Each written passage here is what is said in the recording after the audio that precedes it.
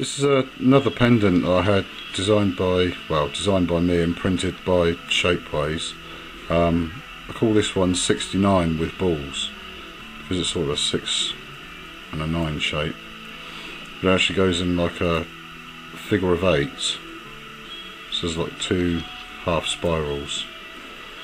And like with the other pendant, this one, the balls, they will travel round,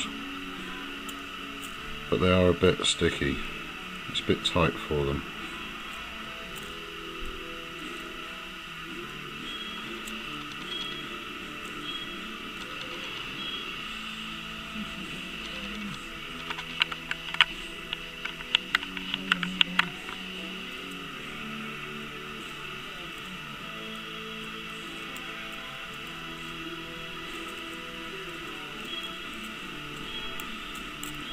There we have it, 69 with balls.